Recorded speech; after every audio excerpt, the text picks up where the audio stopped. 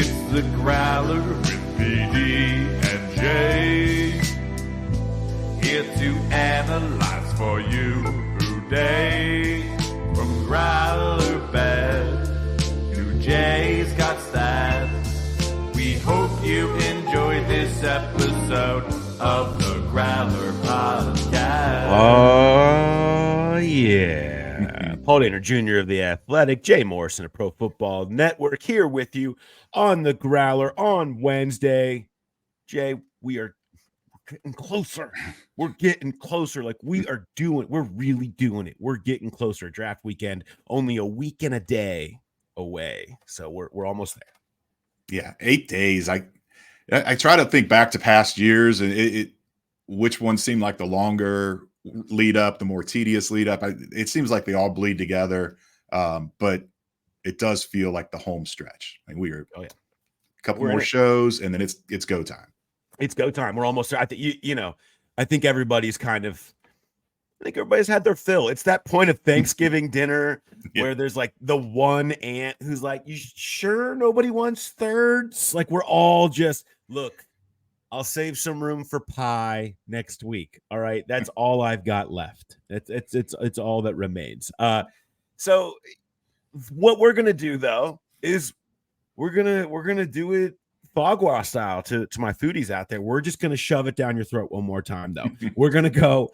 This is trenches. This is it. I mean, this is so much of where we have led to this point has been about trenches and offensive line and defensive line and what are they going to do here until Joe Burrow is no longer wearing number 9 in Cincinnati. This is always going to lead the conversation. And so we're going to use it as our last really big dive as we approach draft season. So we're going to get all of that. Nate Tice, I asked him a little bit about offensive line and some of these prospects here last week, and I'm going to bring you that portion here today. Of course, the whole interview with Nate is up on the YouTube page, as is the whole interview with Dane Brugler, who you're going to hear here later on in this episode. If you're watching on YouTube, you can watch that full interview there. But so Dane, Nate Tice, our guests, much thanks to them for joining us, who do incredible work over with me at The Athletic. So we'll get to that in a minute. Jay woke up and chose violence today. I want to remind everybody, because you didn't have to do this, Jay, but it's the 25th anniversary of the greatest non-trade in franchise history. And you were like, I want to remind people. I thought of this a while ago. I was looking at draft dates and, the 25, the 20, the 15, and I was going to schedule some tweets, and I could have swore I scheduled an Achilles Smith tweet. So I went today to look and see, and I couldn't find any scheduled tweets for mine. So I went ahead and just sent it out live. But yeah, it's got to be one of the worst trades or worst decisions in Bengals history, because they gave up the trade. The Saints were offering it. That ended up being the Ricky Williams one, right? Where they got it all. So yeah. And I don't know. I didn't cover Achilles. He might be a nice guy, but major disappointment for this franchise. I mean, it's just the stuff of legend at this point now, but I appreciate that you woke up and you said, yeah, today's the day. Let's fire it off. I'm not going to mess around. You know what? It's up. We both kind of did yesterday. I was on with Mo and started talking helmets, and I started taking a shot at that old school logo of the tiger with the helmet popping off. If you've ever seen that old school Bengals logo, he wanted to put that on a new helmet, and I'm just not going to have that, like, not in my presence. And so that video is up now as well, if you feel like interneting and seeing the violence that I chose yesterday. So really, that's just kind of the mood we're in. All right. Yeah. That's the tone that we're setting today. We're tired. We're overworked. Getting a little squirrely, I guess you would say. We're a little squirrely. We've got that. So let's tick through some news real quick before we hop into the trenches talk and get to Nate and Dane. Local day on Monday happened. It's like kind of the low. It's really the lowest rung of newsworthiness in our entire year almost. where there's not a lot of major prospects. There used to be. There's been years where that's happened, but there's not a lot of major prospects that show up. Some, Juwan Briggs was the most notable UC defensive tackle. Dane has him as a 7th round or undrafted guy. That's kind of where you're at with some of this stuff. Anything notable from you, Jay? No, I wouldn't say so. I mean, I'm not used to driving down to the stadium at that hour, and I made the mistake of thinking I could get there in 35 minutes like I always do, and I showed up like late because I forgot about regular rush hour traffic. But the workout itself, there's just not much to it. It's great for the players to get in front of a pro staff and get kind of that not quite one-on-one, but it's a solid interaction and good feedback.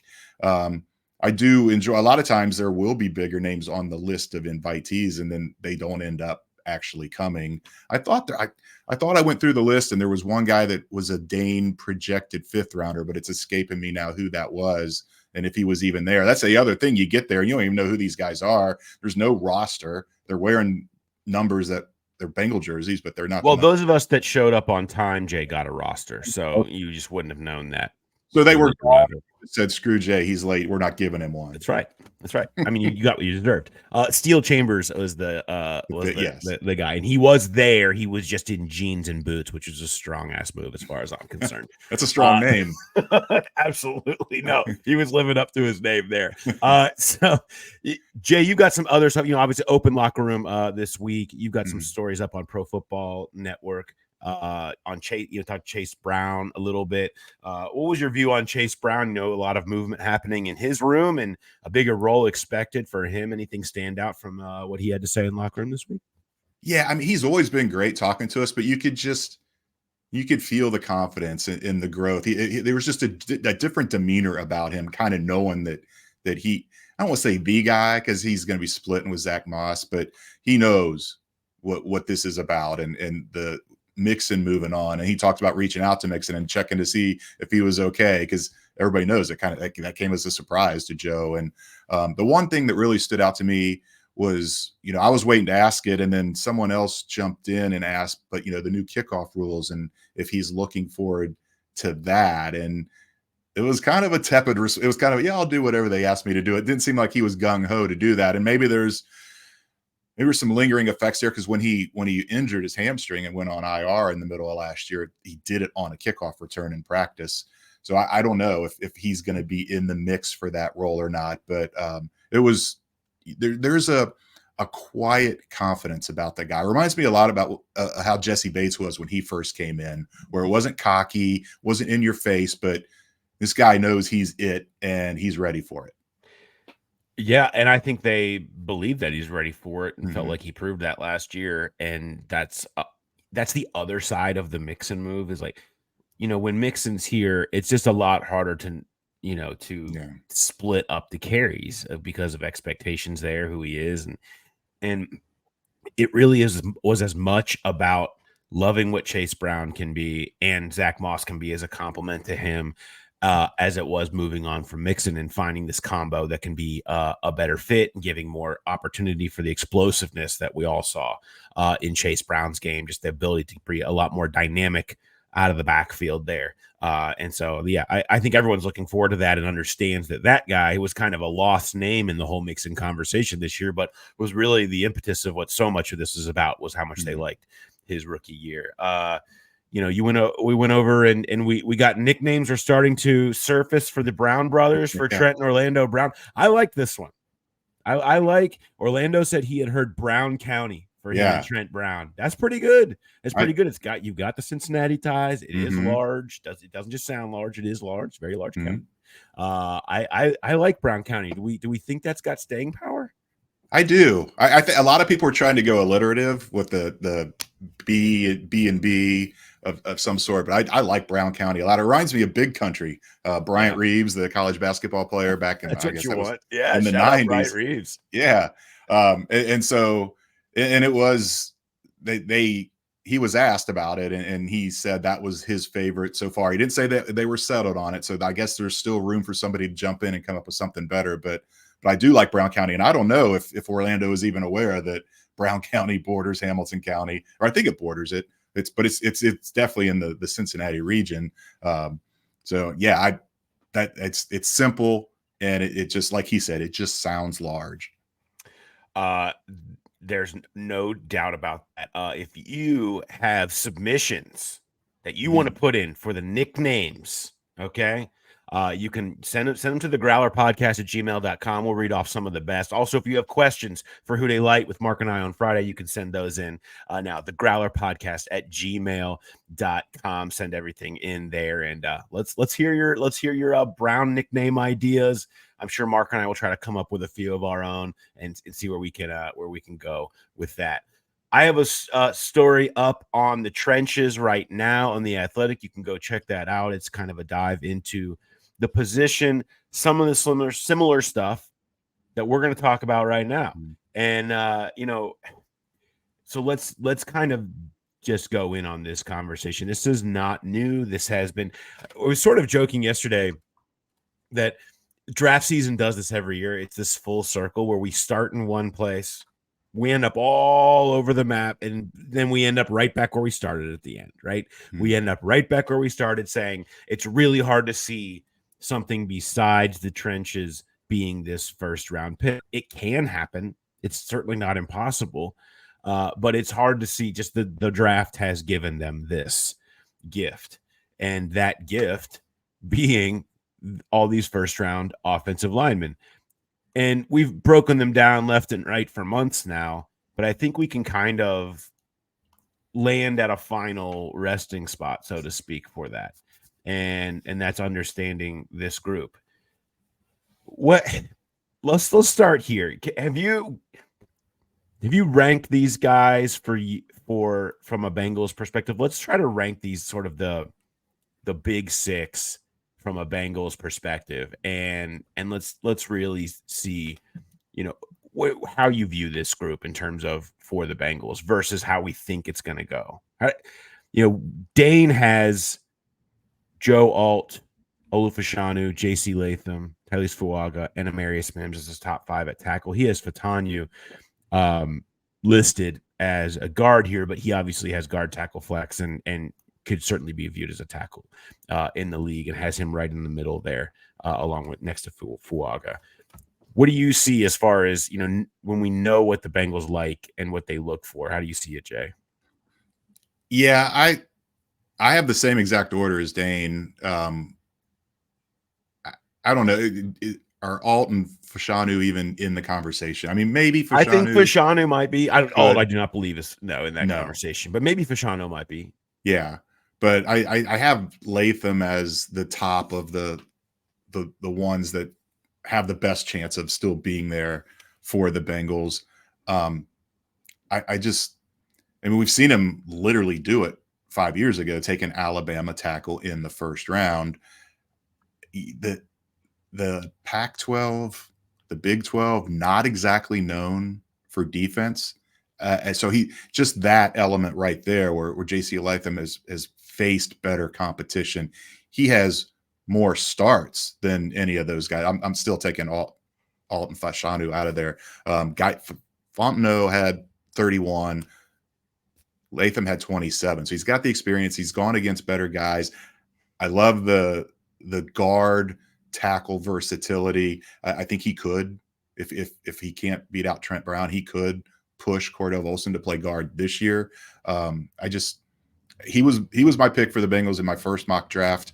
Like you said, we always kind of take a circuitous route. I tried to go contrarian on my second one, and I went with Johnny Newton, the defensive tackle. But I think when I come back and do a final mock, it's going to be Latham again if he's there. That's the thing. Is he going to last until 18?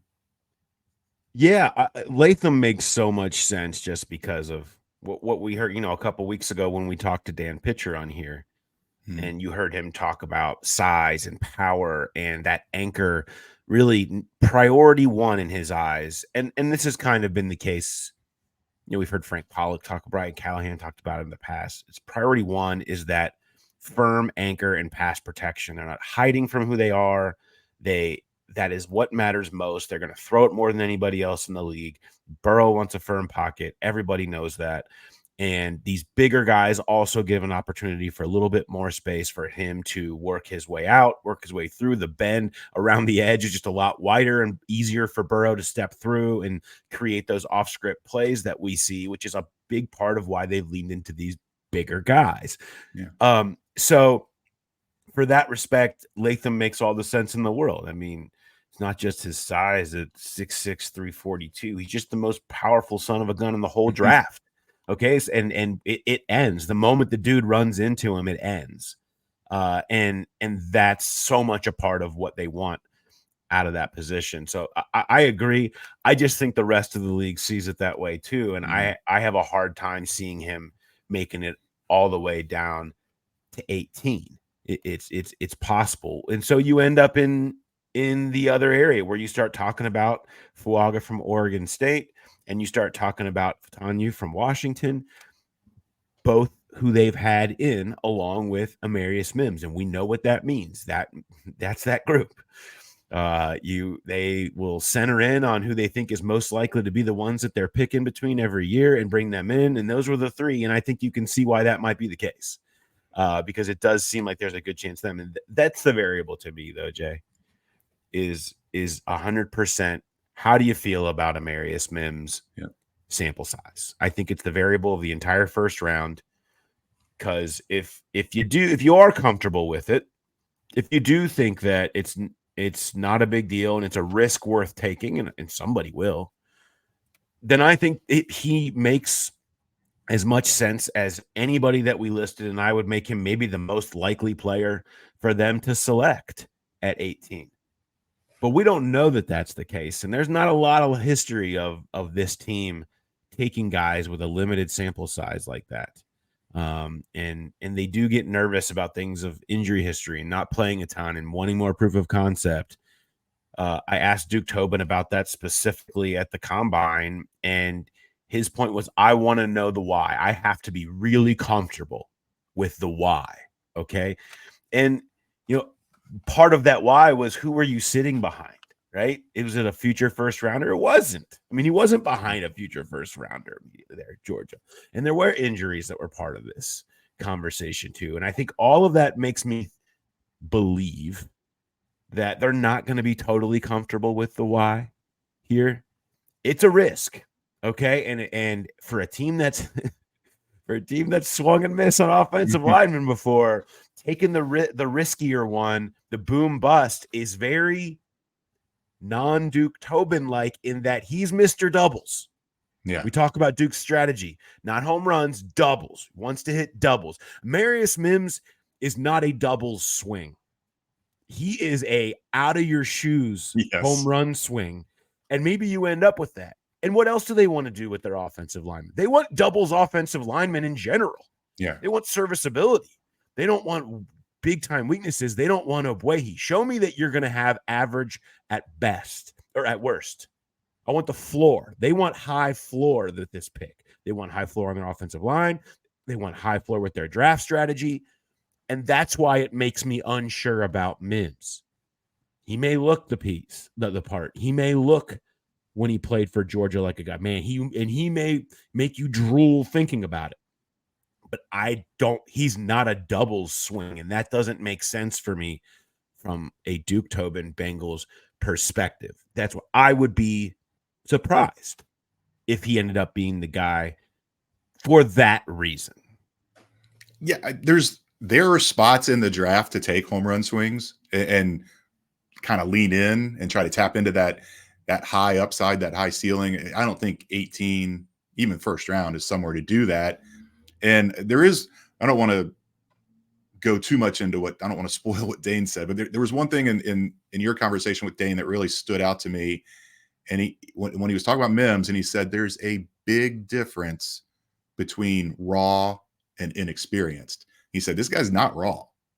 The technique's there, everything's there. It's just the experience question. And that goes back to what you said with Duke and the why. And I think Mims is the most likely to be there when they pick at 18.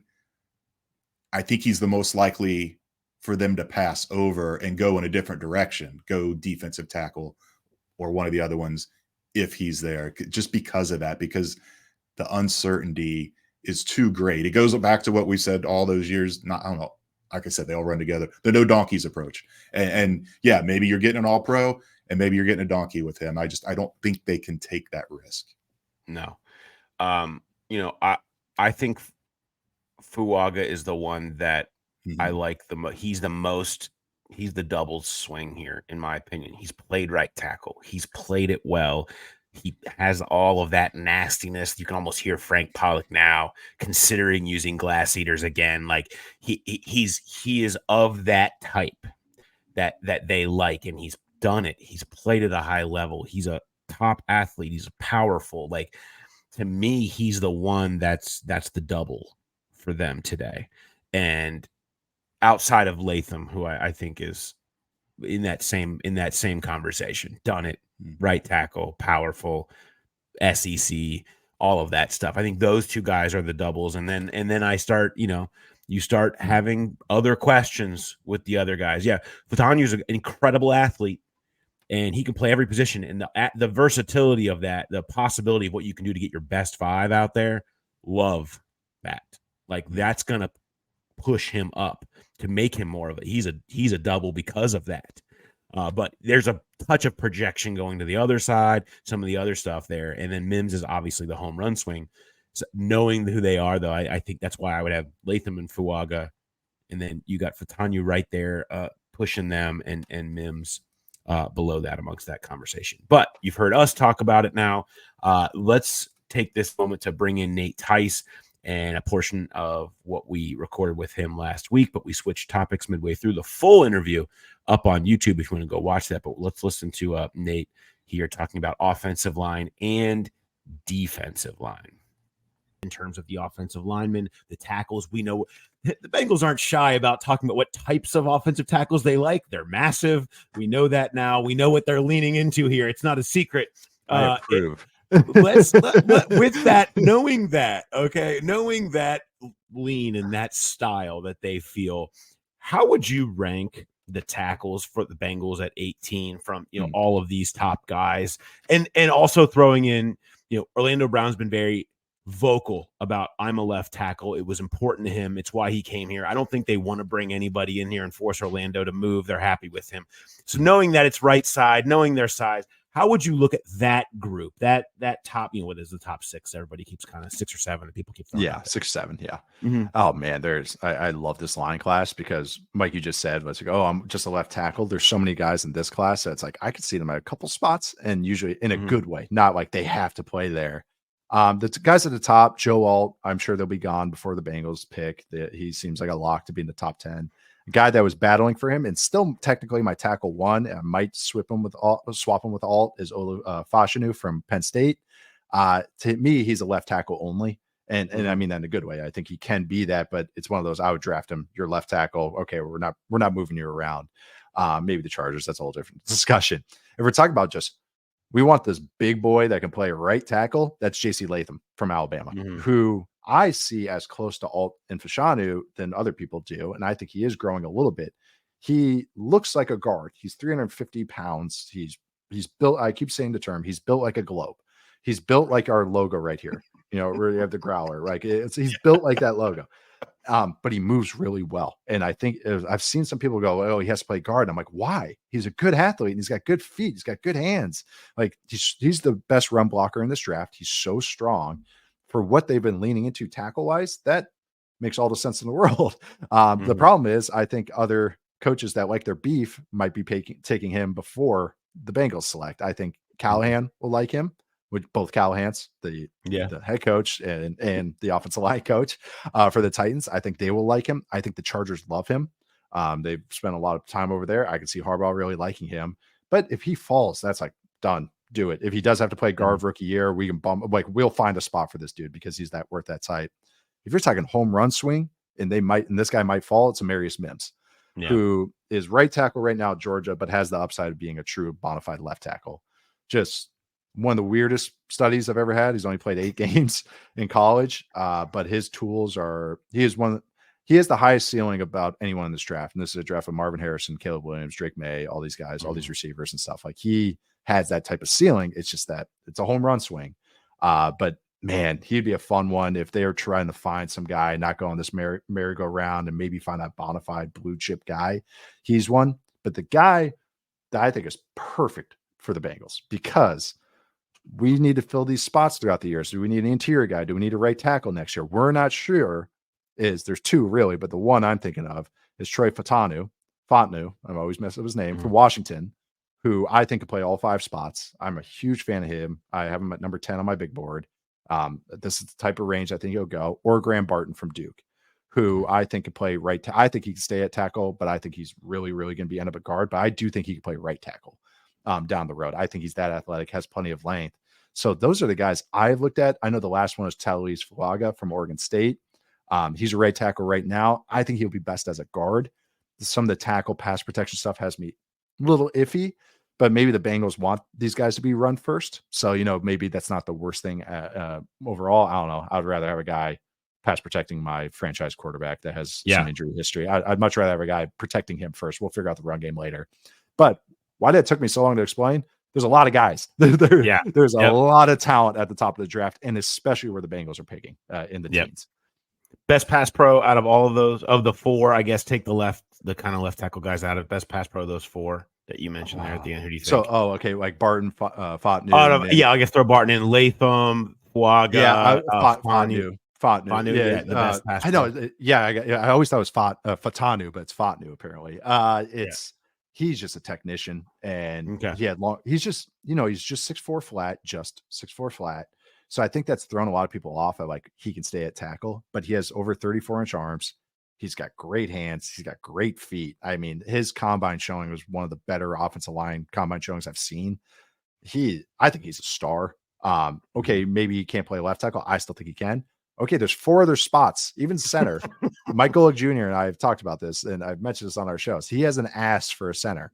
So it's like, whatever. But he fill out like whatever spot we need him at, he's going to start there, and we're good. That's why I like him so much, because I think he could be a good player. So he's a great pass protector, pretty good run blocker, a technician. Yeah, I really like him, if you guys can't tell. I will get you out of here with one last question. Okay. And it's the Byron Murphy conundrum in a league where these guys are getting paid more than ever. It is more valuable than ever. Everybody wants a game-wrecking 3-tech or defensive tackle, and they only come from one round for the most part. They almost never hit free agency. You are the Bengals. You have that. Yeah, sure. You have, everybody needs it, and they need it. They're looking for more disruption, always there. Where would you slot that with knowing everything about this league and where it's at of Murphy amongst that offensive line group you just talked about in terms of, value to the team, bringing you wins, war, I guess. Where does he slot? Where does he slot? Oh man, it's hard. It's because for me, it's gone back to my thinking. It's always just the player. I just try not to look at the position label and just go 99 overall Madden. We're good. We'll figure it out and go from there. Offensive line, I'm always going to have a preference with. And I also think all the discussions you just said with defensive tackles, I think offensive line's the same way. Orlando Brown is an anomaly. And that's because he's just he's willing to stand on his business a lot more than other guys are. And so you don't usually see those guys hit the market. So if I were, this is where my team building thought process comes through anyways. I think Byron Murphy is a good prospect up to a very good prospect. I don't look at him as a blue chip. I look at him just below. Going into teens, I am fine with. I have 17 guys as blue chip guys. Just me, my perspective. Usually it's about 15 to 20 for guys. He's 19th on my board. So I'm not like, I'm not like going like, oh, he sucks. He's still a top 20 player for me. But there is a tier difference, I think, from these offensive linemen I just talked about. I would say Fuaga and Murphy are in the same tier as me. Fuaga being from Oregon State. He's 18, they're 19. I would look at him about the same. So just what you said with defense tackles, I still would prefer line. Joe Burrow's still our guy. If we're moving on from Higgins, we still need needle movers on this offense to help us out, to keep the boat afloat, just keep it all going. Where they kind of have shifted the last few years too, offensively, I still would prefer, like, as far as kind of like, being, I don't say safer, but underneath, attacking, all the efficiency. Yeah, that leads me to go, let's make our offensive line badasses and go with that. and we can maybe go next year and find maybe a better prospect where we're picking, hopefully in the 20s or hopefully 32 or 31, somewhere right there. So that's just my team building. That's just my preference. And also just these players I think are a half tier better. And maybe just my fan fiction has gone this far that I'm like, yeah, this is this is it. This is that's how I'm going with it all the way. It's amazing. I mean, because he's kind of a fascinating prospect in that there you hear, I mean, different sides of it. I mean, it's like, look, the numbers of just straight win. If he can do what he did at Texas last year, I mean, he's up there in production with all the names of the dudes that make more money than almost anybody else in football on defense. And but is he that? And where does that slot? And we've got such a good draft at the top. It's like, it's kind of a fascinating conversation. Lou Anarumo almost has made himself his own worst enemy. That are like, hey, he'll coach him up. Like whoever we give him a third rounder. He'll figure it out. Like that's almost, my dad ran into the same issue sometimes. He's like, I can't get any day 1 or day 2 guys because they know that I'll coach up the 6th rounder. And so it's like, he just keeps getting that. Lou Anarumo's kind of going through the same thing. I'll just say my thoughts real quick on Murphy is I do like him he's a gap shooter. I think he's pretty good against the run, but you're paying him to disrupt the play. He's an explosive player for the defense. Who they have right now, I like it for the Bengals. I like his fit more than maybe the Seahawks, who's been kind of linked with Murphy. I like his fit for them. So if you like, I'm not saying that, oh, this is a stupid, don't want to go. I do understand his landing spot with the Bengals if they did that path, because BJ Hill's moving on. He's way more disruptive than BJ Hill, or in a year.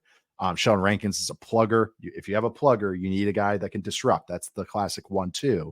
So I do like the fit if they did go down that path. All right. Great to hear from Nate Tice last week, who's just crushes it. Again, the full video of my interview with Nate is up on the YouTube page, The Growler, on YouTube. And we talked about receivers and we talked about offensive line there.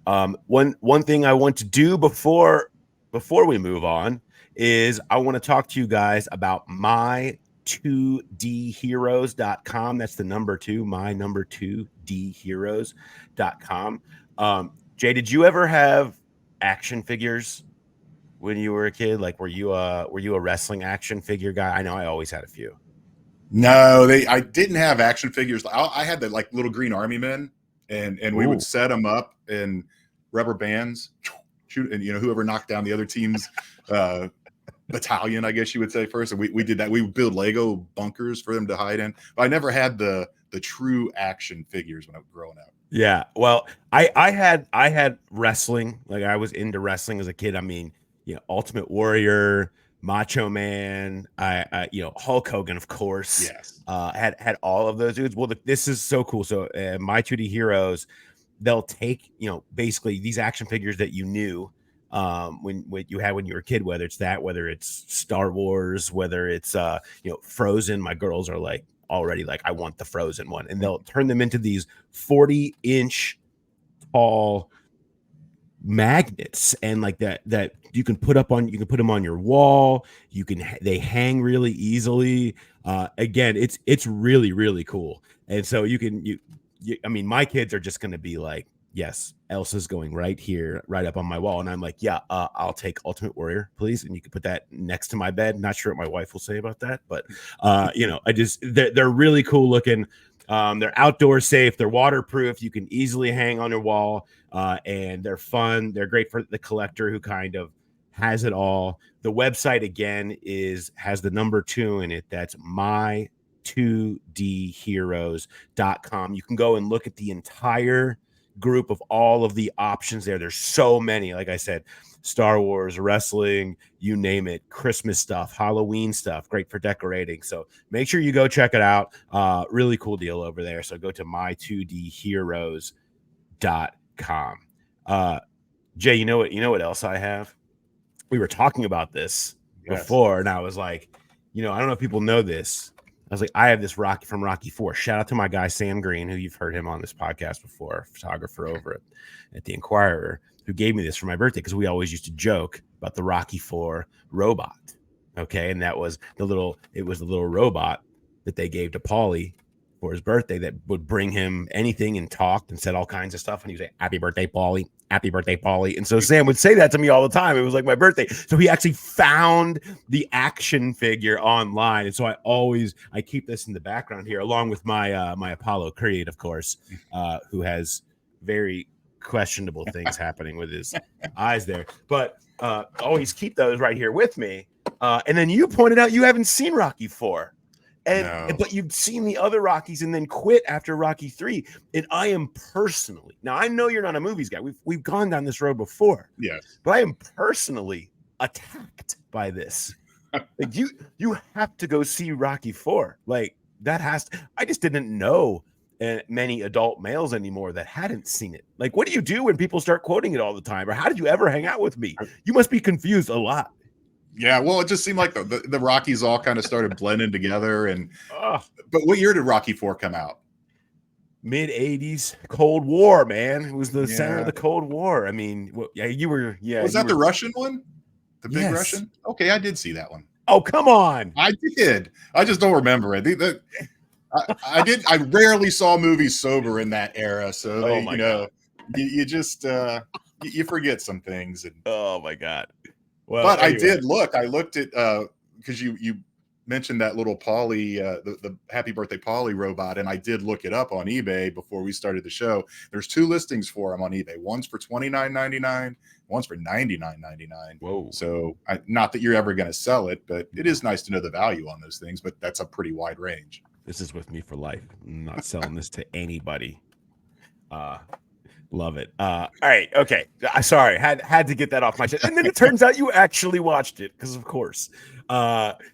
Is that the one with the Russian? Yes. Yeah. One of the greatest cinematic moments in our history.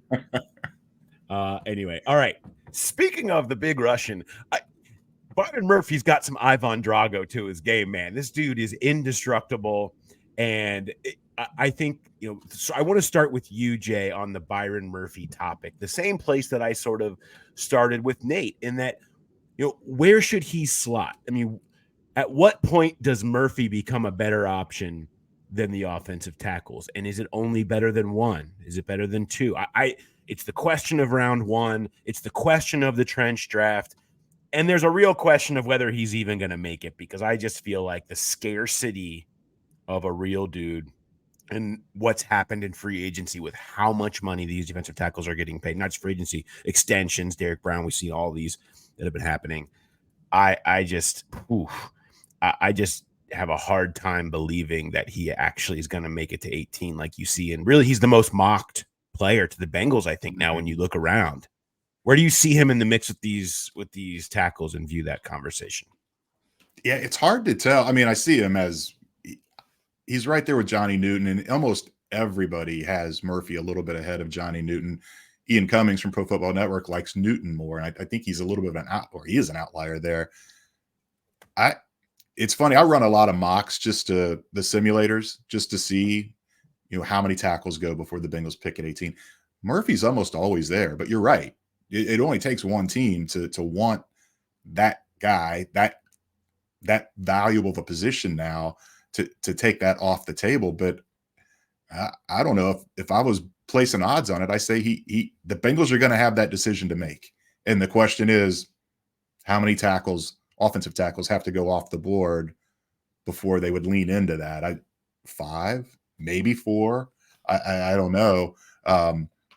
But you're right. The more mocks that you see coming out, including Dane's most recent 7-rounder, has the Bengals going with Murphy. I still think offensive tackle is the most likely. I don't know that we're going to see 5 go off the board. It could certainly happen, but I don't know you're going to see 5 gone by the time the Bengals pick at 18. I know we're pivoting to defensive tackle here, but I do have some quick stats on offensive tackles taken in the first round. You've got stats. We need them. So Dane's mock has 8 tackles going. He's got 7 going in the top 24. He's got 8 going in the first round. That's never happened. The most tackles taken in a first round since the 1970 merger was 7 in 2008. There's a Bengals connection there outside of that. Sit your ass down. Anthony Collins was the 9th tackle taken that year at number 112. And so in 2020, 2011, and 1986, those are the only drafts where 6 went in the first round. So 8 is just astronomical if that's what ends up happening. And then again, Fontenot, is he considered a guard? Is he considered a tackle? That stuff all plays in. I also went and looked the longest it took for the number 8 tackle to go off the board, or the shortest. The shortest was pick 44. That was 1972. You go more modern era. Number 49 was the latest that the 8 pick went. The average is pick 87 for the 8th tackle to go. And Dane's saying there could be 8 in the top 30. It's a remarkable class. It's a remarkable top end class. That, you know, then that's where the question comes in. You go for Murphy in the first round. You're not happy with the tackles that are left, but then you're really not going to be happy with what tackles you have left after that.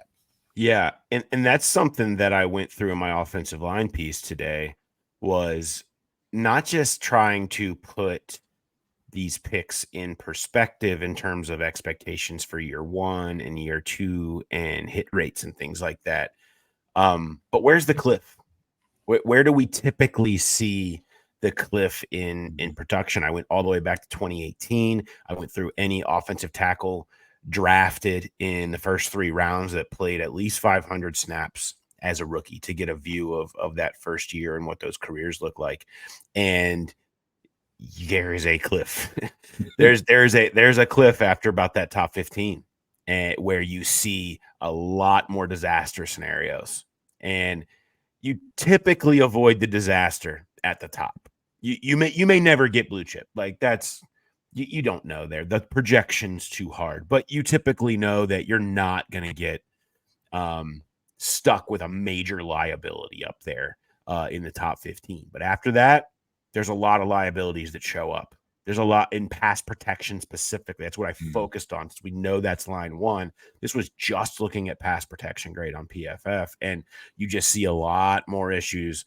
And that's not a surprise, but it's pretty dramatic. And that's, to me, the advantage of 18 is that I think this year you're getting a top 15 type of tackle at 18 with a little less variance. You can feel better about it just because of the quantity, or we'll see. Potentially you can. And that means a lot to me. And you can go on to that and look a little bit more at some of the breakdown and some of the takeaways on that. But the biggest thing is, 1, don't expect a ton in year 1, and 2, there's a cliff, and it's right above where the Bengals are picking. That's all. The tackle class makes it fascinating, and I just think, you know, you're just taking in a lot of risk to add another to the list of bad offensive linemen if you don't take them in the first round. And that's the hard part, because look, we also know what else wins titles right now, and that's these badass 3 techniques, like I was just talking about with Nate. And let me but where do they come from? This is another thing I mentioned to Nate, and I want to talk a little bit more about this. Here's the list that I was referring to. Okay.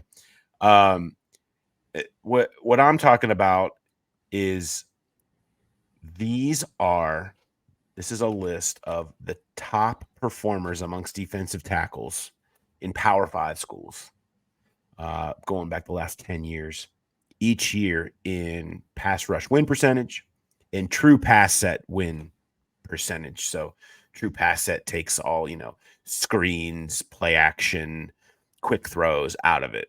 You get a more real feel on them as a true pass rusher. And so when you've got this group, tell me anything you notice about this, Jay. They're all rich, okay? Yeah. And they're all great. The list, Byron Murphy was last year, and it was the highest win percentage, tied with Kalijah Kancey in 2022. The highest win percentage that we've seen from anybody in the last 10 years. And the second highest true pass set win percentage, all the way up over 30%. There's only one other person that's above 28. I mean, the list is Byron Murphy's on here, Kalijah Kancey, who went 19th last year. And obviously, he's got time for his career to figure itself out in Tampa. He had injuries and such. Jalen Carter, Christian Barmore, Quinnen Williams, Jeffrey Simmons twice, Jonathan Allen, Chris Jones, DeForest Buckner, Grady Jarrett are on this list. Okay, there's a couple other that didn't quite hit. Vincent Taylor, who went in the 6th round, and Jordan Elliott, who went in the 3rd. So there were obviously reasons why teams didn't go in early on them despite these numbers. The teams are willing to go in the 1st round, which they will with Byron Murphy, and they have this background production. That's the list, man. Those are maybe the best defensive tackles, sans a few, in the entire league when you go back 10 years in terms of pass rush. This stuff translates, man. And he was as good as anybody. That's a dude. That is the profile of a real dude. And I have a pretty good feeling he's going to be that in the league. And I would be really, that's to me why I would be surprised that he makes it to 18 is because of this list. Every team wants this list. Mm-hmm. You know, and the guys that went later, Simmons went 19th, Allen went 17th. Why? Injury stuff. You know, Simmons was coming off, I believe, the ACL or something like that. Jonathan Allen, there was supposedly talk about his shoulders. Remember, because he was supposed to be a top 5 pick, Jonathan Allen, and he ended up sliding down. Chris Jones ended up going to the 2nd round. But a lot of these guys are top 10. They're first rounders. They're guys that they've all gotten big old contracts since. So just keep that list in mind when you're talking about Byron Murphy. I've mentioned it before, but I mean, that's, to me, the selling point is that wins games. Those guys on that list win games in the NFL, and it's why everyone's spending on defensive tackles, and they're spending on guards and centers, guards more than ever, because they know that so much of that is becoming a defining factor. I have a hard time getting past that list when I think about Byron Murphy being, you know, really pretty close to the top of the list for me. You know, he's kind of my guy there.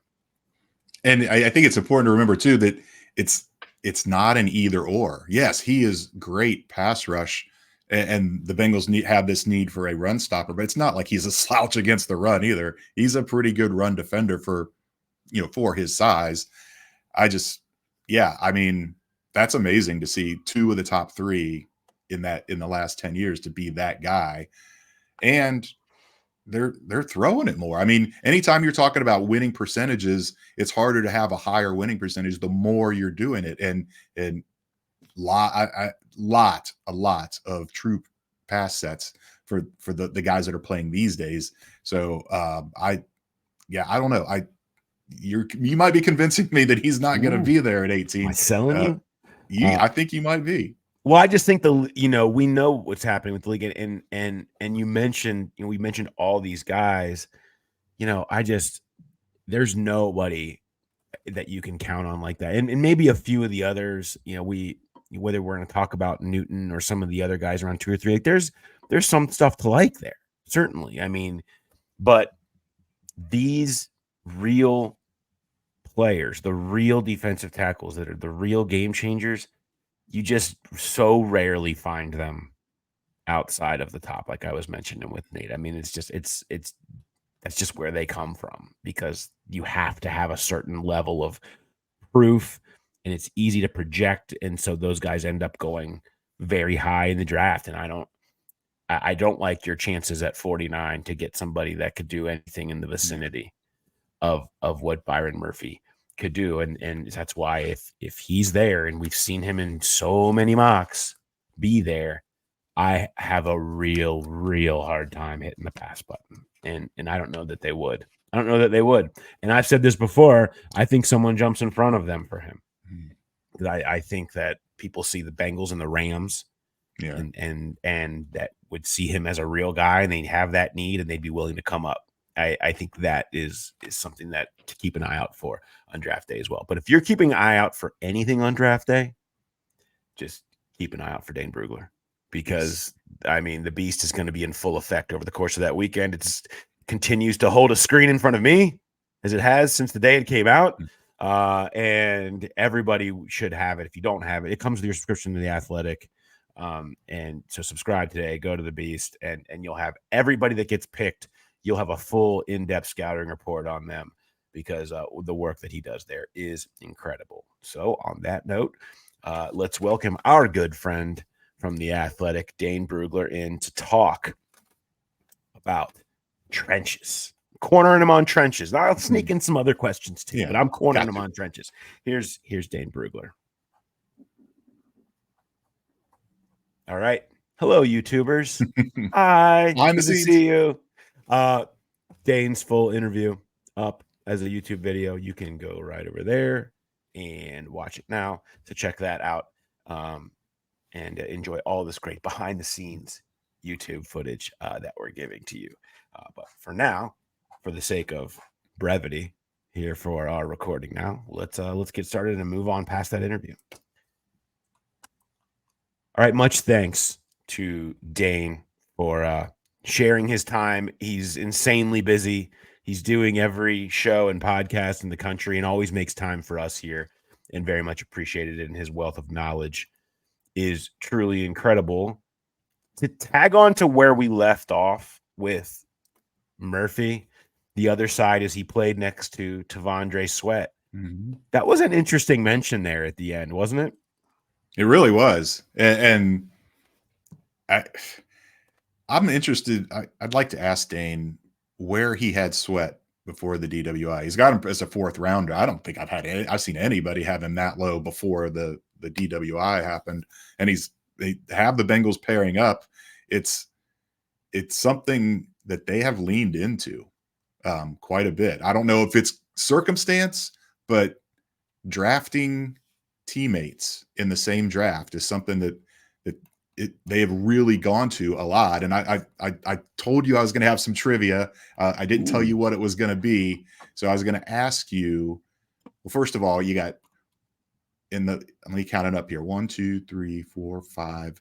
In the last 10 years, 6 times they've taken college teammates in the same draft. They've done it a lot. When was the last time they took teammates from the same position? Wow, teammates from the same position. That is boy, that's a tough one. I don't know that I can place the last time that they took teammates from the same position. It worked out really well. Hold on. And I'm not. I'll tell you, I'm not counting David Pollock and Odell Thurman because Pollock was a defensive end. You're not. No, Okay. And Thurman was a linebacker. That did not work out well. This is some good trivia here. I don't know. What is it? What's the answer? 2001, Oregon State. Oh, Chad Johnson and TJ Hushmanzada. Wow. It did work out pretty well. Worked out. The other ones, these recent ones, they're batting 500. There's always a good pick, and then there's the last year, DJ Turner, Brad Robbins from Michigan, jury's still out. LSU in 2021, Jamar Chase, Tyler Shelvin. 2019, NC State, Jermaine Pratt, yes. Ryan Finley, no. 2018, Ohio State, Billy Price, no. Sam Hubbard, yes. So you can see it a lot of times it's one good, one not so good. 2017 was pretty good. Oklahoma, Joe Mixon, of course, worked out. Jordan Evans was a solid guy here for a while. But I'd like to, I don't know how I could do it efficiently. I would love to see how many teams lean into that, because it kind of makes sense when you're studying tape. You start seeing other guys on that same tape that start standing out. But I don't know if they're an outlier in that or not. But I found that odd that they lean into the teammate drafting so often.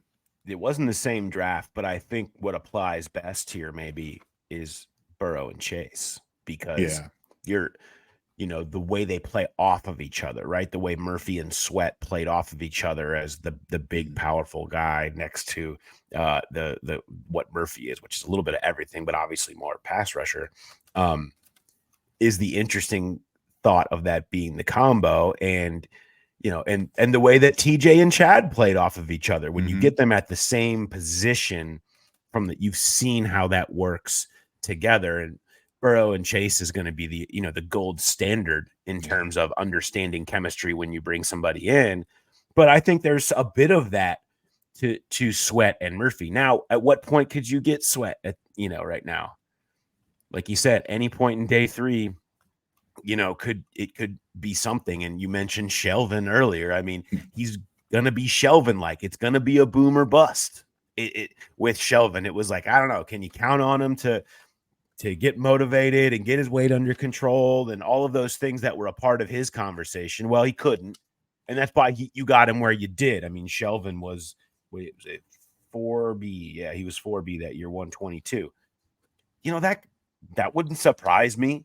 4th, 5th round, take the flyer on Tavondre Sweat, playing next to Murphy. See what happens, right? Maybe you get the good out of him, and maybe he puts all that behind him. Maybe it's just little trouble and not big trouble that he's kind of had in his life, and that's where you end up. I think the Bengals have counted on the fact that his background isn't super for a while, and that's why he's been down most people's boards for a while. I mean, like you mentioned, not as far as Dane's, but I think that's enticing if they did go Murphy specifically to take the Sweat flyer later, thinking that those two guys being together could be, a nice combo and helpful towards both of them playing their best. Yeah, and I mean, I think that would help the comfort level with Sweat.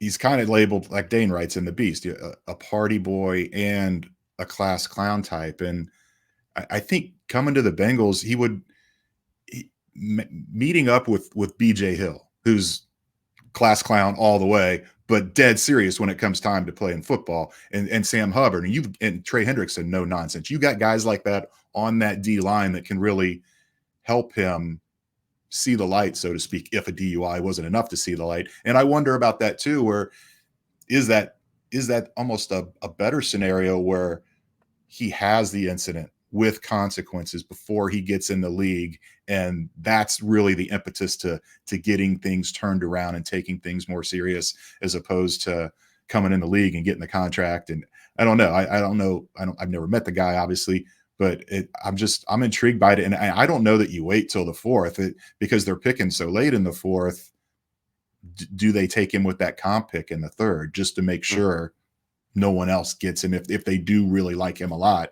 And in Lou Anarumo too, he's not going to put up with nonsense. So I think coming to Cincinnati would be a good fit for him, just personality wise and growth wise, and just take the X's and O's out of it, but the X's and O's too, putting him next to Murphy and all these other guys. I think he would be in a position to succeed. I don't know how much you need to have on the line to have learned that maybe I shouldn't be doing something stupid here. And to me, what happened suggests that there's going to be very few scenarios that he's going to not be potentially doing something stupid, because you can't, other than these couple of weeks before the draft, like it's the only, like, just be careful. Don't do anything stupid here. And certainly an interesting, as the draft goes on, going to be really interesting to watch that, especially if they do end up with Murphy at the top. You want to do a real quick run passer boot involving Sweat? You got one? You got an RPD for me? All right, let's go. Which will be greater? The number of tackles taken in the 1st round, the number of defensive tackles taken before Tavondre Sweat, wide receivers taken before the Bengals take one. Figure these all could kind of be in the 6 to 9 this range. Is good. Okay. Tackles taken in the 1st round. I mean, you mentioned before. I mean, that could be 8, potentially. And so I would say defensive tackles before Tavondre Sweat. Dane has him as his 10th defensive tackle. Yeah, that's certainly feels. Wide receivers before the Bengals get one. Well, I mean, that's really going to end up being dependent on if it's round 2 or 3 with the receiver. Yeah. And so I'm going to say, oh, this is really, you made this one really hard. It is.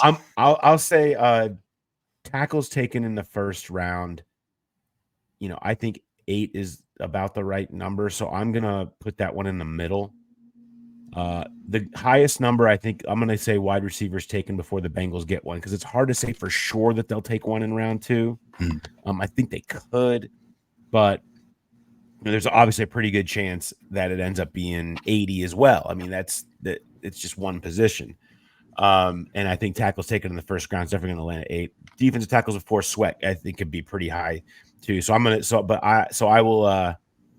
Yeah, I'll put wide receivers taken before the Bengals get one will be my run, and I'll boot defensive tackles before Sweat. Okay, I'm going tackles taken in the first round as my run. Defensive tackles taken before Sweat is my pass, and I'm going to boot wide receivers. I do think they're going to take one in the second round, and yeah, it might just be 4 or 5 taken before they get their guy. Yeah, that's just it. I mean, if they do wide receiver in the second round is going to be such a big variable in this entire draft because that changes. Jalen McMillan in on a visit today, which is one of those last second visits. The last time we I think we knew he was coming in, but last time we saw kind of a day 2 positional need guy show up on a visit, it was Cam Taylor-Britt.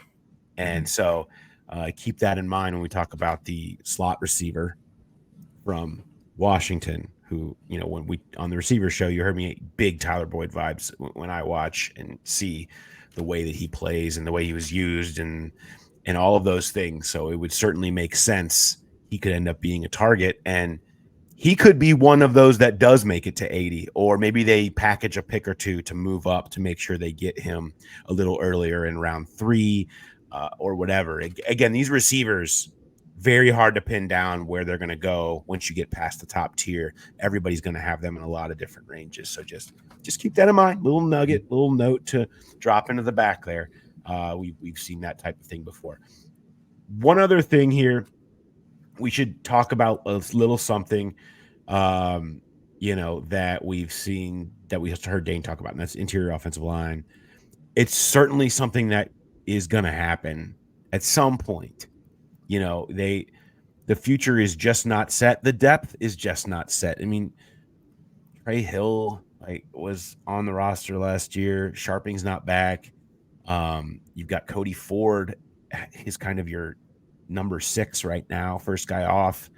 There's no saying that Jackson Carman's even going to be on this team because his number is going up in terms of what you got to pay him. Ted Karras entering the last year of his contract at center. Alex Kappa has 2 years left, but again, these guys are getting older. You have to start thinking about the future there and trying to plant that. And if you're not going there early, that's going to need a year of development, maybe 2. And you've got a lot of guys, specifically that center position, that with a year of development, you could have a chance to be the one that could take over for Karras or be a guard or, maybe beat out Cordell Volson in a year or 2 or whatever. So they just need future there. And there's a lot of ability for that to happen. Cooper Beebe, who Dane mentioned, had a mock to him in the second round.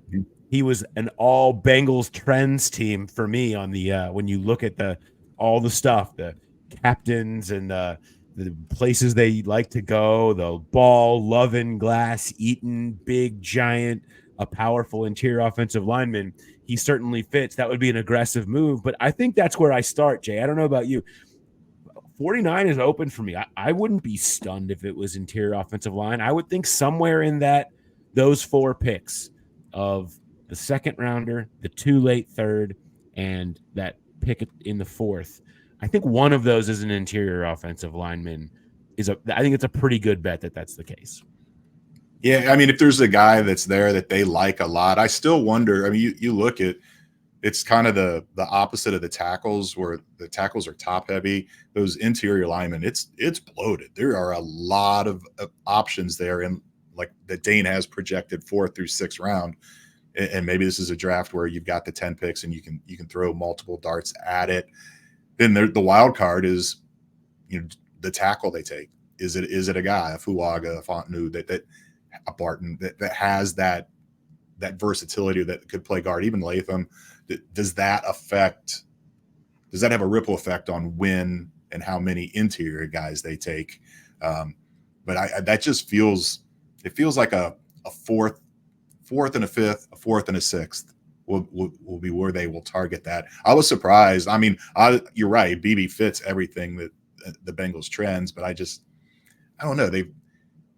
they've shown they, not in free agency, but in the draft, they just don't seem to value the interior of the O-line that much. And, maybe that's changing a little bit. I don't know, but it feels like this is the draft where there's a double up. That's the position that they double up on, and maybe back-to-back picks, the 4th and the 5th, like I said before, 5th and 6th, whatever it may be. Yeah.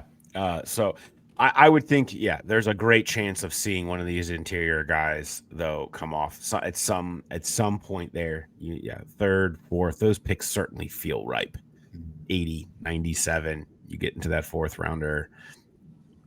That feels like a good spot where you could see something like that come off the board. I've mentioned Christian Mahogany from Boston College is one of those trends type of pick that has a lot of the same attributes you see from the Bengals picking there. So you're going to want to keep an eye out for that. That makes a ton of sense. That whole story where I kind of went through the beast and found some of those, pinpointed the Bengals trends, point those out, and then went through and found the players that have those traits through his exhaustive research.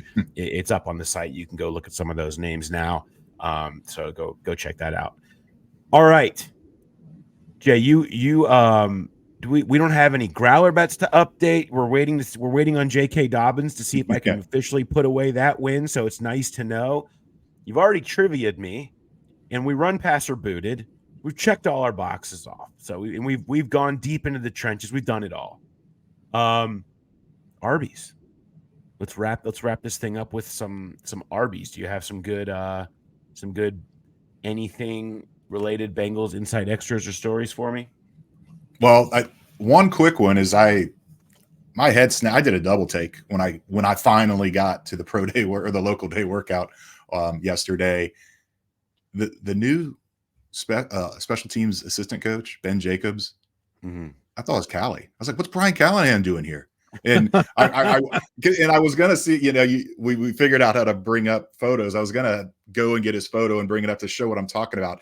The photo doesn't do justice. His beard is grown in more. He had a hat on. I mean, he really looked like Callie. That took me by surprise. The other thing is this is interesting. The locker room, and we've talked about they're gutting it, they're redoing it, they're in these auxiliary locker rooms. They're going to be in there for a while. It might be through training camp. It might go into the regular season. Construction never goes according to plan. I wonder if the Bengals would request a week 1 road game just to give them that little bit extra time. That the Reds are out of town that opening week in the NFL, so that a lot of times that kind of points to a home game in week 1. But I remember when they built Paul Brown Stadium, they had the rare week 1 bye in 2000 because they wanted to give themselves that extra week of buffer just to make sure everything was ready. And I can't wait to see the new locker room. I'm sure the players can't either, but that's going to be something to kind of keep an eye on. Is I know they would love to get into the new locker room and have it ready at some point in camp or even in the preseason, but they might be going right up against the wire on this. I can't believe that, honestly. I can't believe they're not able to find a way to do it that you could squeeze it into the offseason. And that thing needs to be ready by the time you get to camp. You never spend more time in there than you do in training camp. Right. And they're shoved into these locker rooms. It's not comfortable. And so I don't know. I'm not a construction manager here, and I certainly didn't, pay to execute this project, but it's kind of stunning to find that it's not able to potentially be shoved in between the end of the previous regular season and the beginning of training camp to finish the main locker room, right? I mean, that be the thing, because the fact that they're shoved into these other locker rooms, it's not conducive to anything you're trying to do in your offseason program. They like guys that hang around in the locker room. There's all this camaraderie they like to build, and it's not a place where you can really do that. I mean, it certainly doesn't feel like that to me. And maybe they'll just be spending more time in the weight rooms and the lounges and whatever, and cafeteria, but it's not comfortable. There's no question. That's the question we forgot to ask. Where's the ping pong tables? There's definitely no room for them in these locker rooms. They've got to be somewhere. I'm guessing it's over by where that basketball hoop is in the weight in the giant weight area. Is my guess. Mine is at the local day I mean, like I said, this is kind of the lowest rung on the ladder. In terms of there's not a ton of huge prospects. It's 8 a.m. It's just kind of it's a thing that you do that's been done. Every member of the family is there. Mike is there. Caroline is there. Elizabeth's there. I mean, you name it. They're all saw Katie over in the corner there. Like everybody's there taking it in though. And Mike loves the draft. He loves to go talk to the players and stuff. And I mentioned Juwan Briggs was like kind of the star of the show. So he had a lot of media around him and stuff. And at one point, Mike wanted to come over and shake Juwan Briggs' hand. He knew all of his background and his backstory, which is incredible, by the way. Jay has a story up on Briggs now on PFN. Go check it out. He's very mature dude, incredible student. And Mike was complimenting him on that, telling him, it's great how everything you've done and so impressed. And you're just a really impressive person. And if football doesn't work out for you, you come get a job with us. Like, we love to have you on. And we're all there. And Jeff Hobson, great friend of the program, Butchie's there. And Mike kind of just says, we could use a beat writer, and just kind of basically says that you could come in and replace Butchie right to the man's face. Mike just busting chops right there. It was a great moment for Mike to kind of just lighten it up. And I just thought it was hysterical. And I'm sure Butch loved it. As he loves to give and take that, but that was a great moment. But that continued, and Butchie is there talking with Briggs for a long time, and Dan Horde was too. Of course, Dan knows Briggs from their time at UC, and they everybody had left. It was basically just a few of us, beat folks hanging out talking, and Briggs was the only player or coach really left in the whole place, and so I'm thinking, all right, well, I'm gonna go, and I go to leave, and I go leave the bubble. And when I walk out, the bus is right in front of me. I'm like, oh, the bus is here. And it must be waiting on Briggs. And I looked up and I go, oh, my goodness. All of the players from this workout are still in the bus waiting on Briggs. He's been there by himself for like 20 minutes talking. They're waiting on him. It's a 2-minute walk back to the stadium. Like, it's not far. Okay. I can't believe they stood there and they looked like they wanted to jump off a bridge sitting on that bus. Like, I can't believe we're sitting on this bus waiting. So I went back inside. I was like, I don't want to break anything up in here, but everyone looks like they hate their life and they're stuck on this bus right now waiting for Briggs. So like maybe he could get in there, and he did, and they took off soon after. But I felt for the poor other 28 or 29 people that had just done that workout and had to sit on that bus and wait for the BS session to conclude with Juwan Briggs. Was comical. Because you mentioned they're all kind of these fringe prospects and nobody wants to ruffle any feathers. I'm surprised somebody didn't say, can I just get off and walk? Because like you said, it's a very, very short walk, but they're probably afraid to ask anything out of what the schedule is. So I noticed that too when I walked out, that the bus was still there, and I didn't peek in to see how many guys were on there. That's amazing that they all had to sit there and wait. Really is. But so fun day. And and kudos to Mike and the Brown family for taking part. I mean, I don't know how many owners would do that. Very few, probably if none, would be out there, but he loves it and is involved, and it's a part of what they try to be, and it's kind of the fabric of them, is stuff like that. So anyway, that's what we got. Of course, much more coming your way. Draft week next week, we're gonna have you covered. The mega mock is coming. We're going to have our walkouts every single day after each day of the draft. So you know all the big stuff to expect. And so plenty more. Keep an eye out for our announcement on all of the stuff that's coming with our draft coverage next week. Really looking forward to bringing that to you. All right. Thanks, everybody, for listening. And send those questions, thegrowlerpodcast@gmail.com for Who Day Light. Anything you've got. We'll get to those on Friday, myself and Mark. Have a good one, everybody.